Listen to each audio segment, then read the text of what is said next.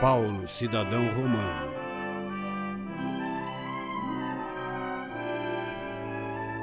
Versão brasileira, Estúdio de Cinema, São Paulo.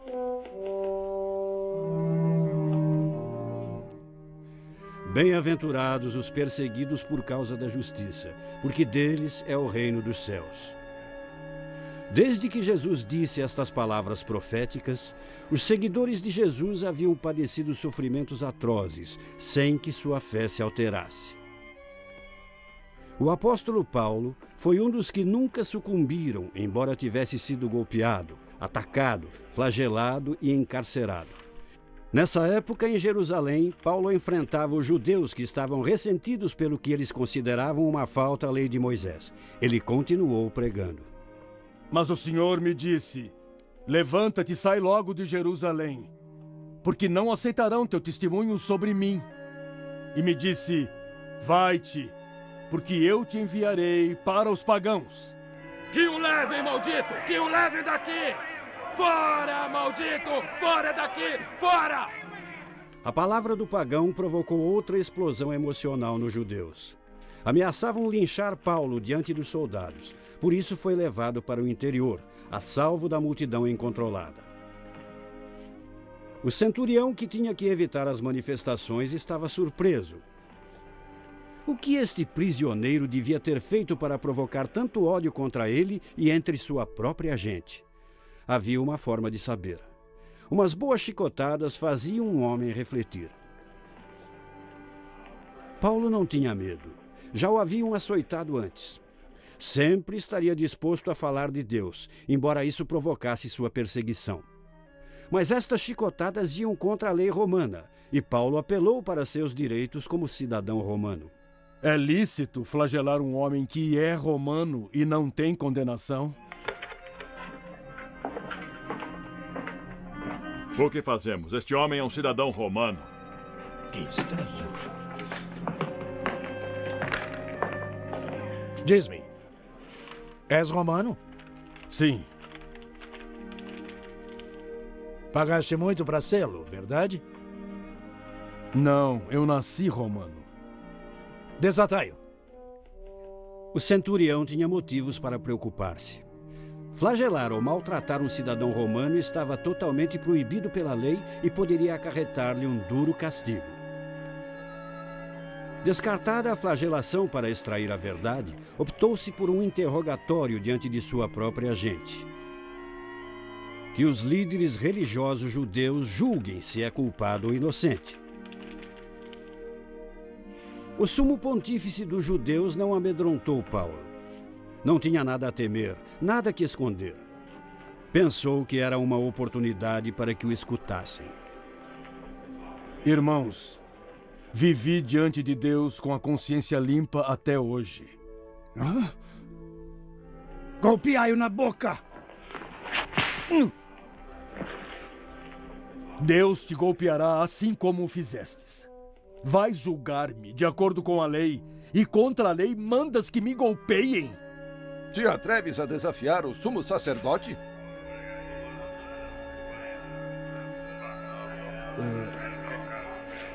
Eu não sabia, irmãos, que era o sumo sacerdote. Sabendo Paulo que os fariseus e saduceus estavam divididos pelo tema da ressurreição, dirigiu-se aos membros fariseus do conselho. Irmãos, sou fariseu, filho de fariseus. Pela esperança na ressurreição dos mortos, estou em julgamento.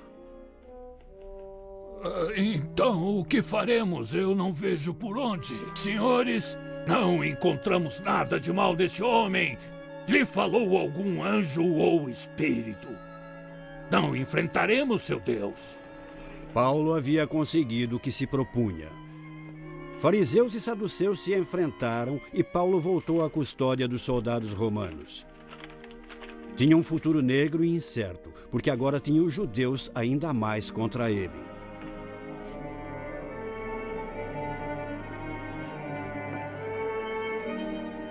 Nessa mesma noite, o Senhor apareceu a Paulo para acalmar-lhe e orientá-lo, dizendo: Mantenha o ânimo, pois assim como deste testemunho de mim em Jerusalém, assim deves fazê-lo também em Roma.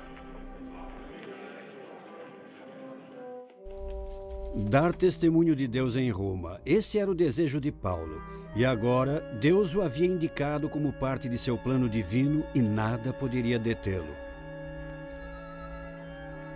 Uma vez mais, os judeus fracassaram na sua intenção de destruir Paulo e tomariam drásticas decisões. Mais de 40 se uniram em uma conspiração, incluindo o sumo sacerdote e os anciãos. Fizemos um juramento diante de Deus de não comer nem beber, até matá-lo. Agora vós, de acordo com o tribunal, pedi ao tribunal que amanhã vos traga Paulo diante de vós, como se desejasseis examinar com mais detalhe seu caso. Nós estamos preparados para matá-lo antes que chegue. Que assim se cumpra. Parti e preparai-vos. A conspiração estava feita. Desta vez não fracassariam. Paulo parecia acabado. Mas outra vez os inimigos de Paulo partiram sem levar em conta que Deus cuida de seus filhos. Tudo havia sido escutado pelo sobrinho de Paulo, que se apressou em preveni-lo do perigo. Paulo enviou seu sobrinho com um centurião diante do tribunal para que lhe contasse com detalhes o complô. Já havia cometido o erro de chicotear o prisioneiro e agora não permitiria que um cidadão romano fosse assassinado por um bando de judeus. A situação em Jerusalém era demasiado perigosa. Seria aconselhável tirar o prisioneiro da cidade e que outro fosse o responsável. Sob uma forte escolta de infantes, lanceiros e jinetes, Paulo foi retirado de Jerusalém, abrigado pela noite, e levado diante de Félix, governador da Judéia, cujos quartéis se encontravam em Cesareia. Depois de 5 dias, Félix estava disposto a tratar do caso de Paulo com algumas testemunhas vindas de Jerusalém. O sumo sacerdote Ananias, alguns anciãos e seu advogado Tértulo, homem bem versado na lei e na arte da flagelação, para que falasse em nome deles contra Paulo. Graças a ti, gozamos de muita paz. E por tua solicitação, excelentíssimo Félix, recebemos as melhorias realizadas a favor desta nação. Em todo momento e em todo lugar, as aceitamos com toda gratidão. Mas para não te incomodar mais, te rogo que nos escutes brevemente. Sabemos que este homem está com a peste, que provoca alvoroços entre os judeus da terra toda, e que é o chefe principal da seita dos nazarenos. Inclusive tentou profanar o templo, mas nós o prendemos. Ao começares a interrogá-lo, poderás conhecer por ti mesmo a verdade de tudo aquilo pelo qual o acusamos. Que tens a dizer sobre as acusações contra ti?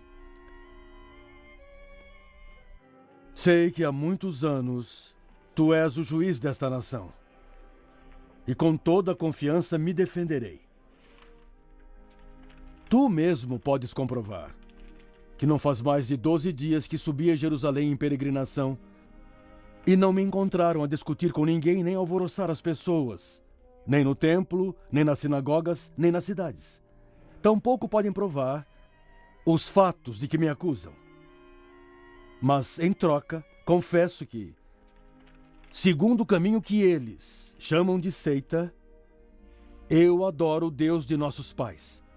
Creio em tudo que está na lei e está escrito pelos profetas. E tenho em Deus a esperança que eles mesmos têm de que haverá uma ressurreição, tanto dos justos como dos injustos. O prefeito Félix, quanto mais escutava o testemunho, mais se convencia de que não havia acusações reais contra esse homem. Mas por temor aos judeus e por sorte de Paulo, o governador decidiu não deixar o prisioneiro em liberdade.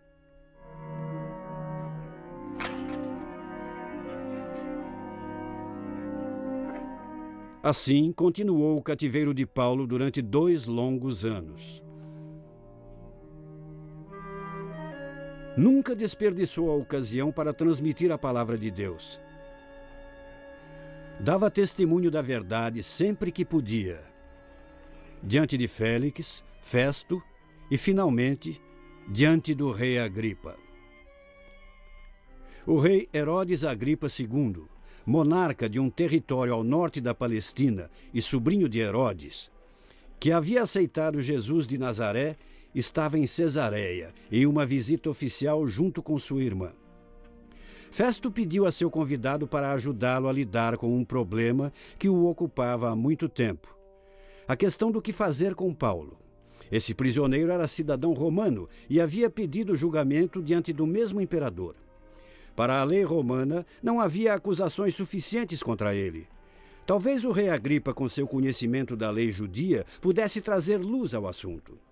Juntos, os 2 governantes escutaram Paulo defender-se com confiança em sua fé e em suas convicções.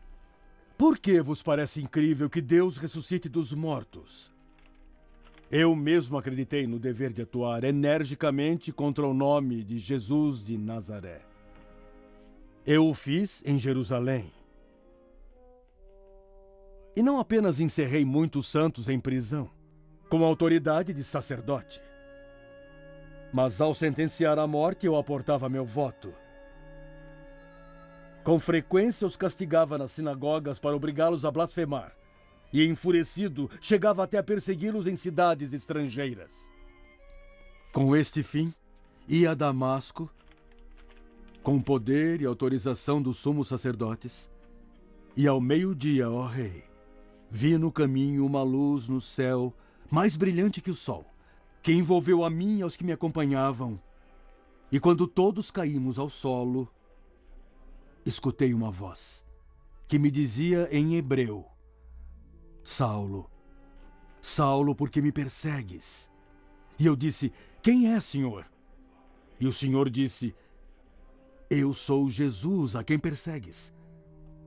Mas levanta-te e põe-te em pé, porque apareci diante de ti com este propósito: fazer de ti ministro, e que dês testemunho do que viste e do que ainda te mostrarei. Te libertarei de teu povo e dos pagãos aos que te envio, para que abra seus olhos, para que não voltem das trevas à luz, do poder de Satanás a Deus, e recebam o perdão pelos pecados, e um lugar entre aqueles que são santificados pela sua fé em mim. Portanto, rei Agripa, não fui desobediente à visão celestial, mas declarei, primeiro em Damasco, logo em Jerusalém e em toda a terra da Judéia e aos pagãos que deviam arrepender-se e converter-se a Deus com obras dignas de penitência. Por este motivo, os judeus me prenderam no templo e tentaram matar-me. Até hoje tenho desfrutado da ajuda que vem de Deus. E aqui estou, pregando diante de grandes e pequenos, dizendo apenas o que os profetas e Moisés disseram que sucederia: que o Messias devia padecer e, depois de ressuscitar, o primeiro dentre os mortos, proclamaria a luz, tanto ao nosso povo quanto aos pagãos. Paulo, estás louco! As palavras estão a tornar-te louco! Não estou louco, excelentíssimo Festo. Digo palavras de verdade e de sensatez. Bem sabe o rei dessas coisas, a quem falo sinceramente, porque não creio que desconheça nenhuma delas, pois não são coisas que ocorreram em um só rincão. Rei Agripa, crês nos profetas? Eu sei que crês. Queres converter-me em cristão? Seja como for, Rogo a Deus que não apenas tu, mas todos os que me escutam neste dia se convertam como eu fiz. Exceto por estas correntes. Paulo pôde testemunhar sobre o Salvador. Diante de um rei, Agripa acreditaria nele? Ou alguns dos que o escutaram falar? Paulo desconhecia. Somente Deus determinaria os frutos de seu trabalho. Como ocorreria a outras testemunhas cristãs, depois dele, Paulo apenas podia pregar e rezar e sonhar com a promessa de Isaías. Assim como a chuva e a neve caem do céu e se convertem em água para a terra, a qual se espalha ao seu redor, dando trabalho à foice e pão ao comensal, também sucederá com as palavras que brotam de minha boca. Não voltarão a mim vazias, mas cumprirão meu propósito e cumprirão a missão pela qual fui enviado.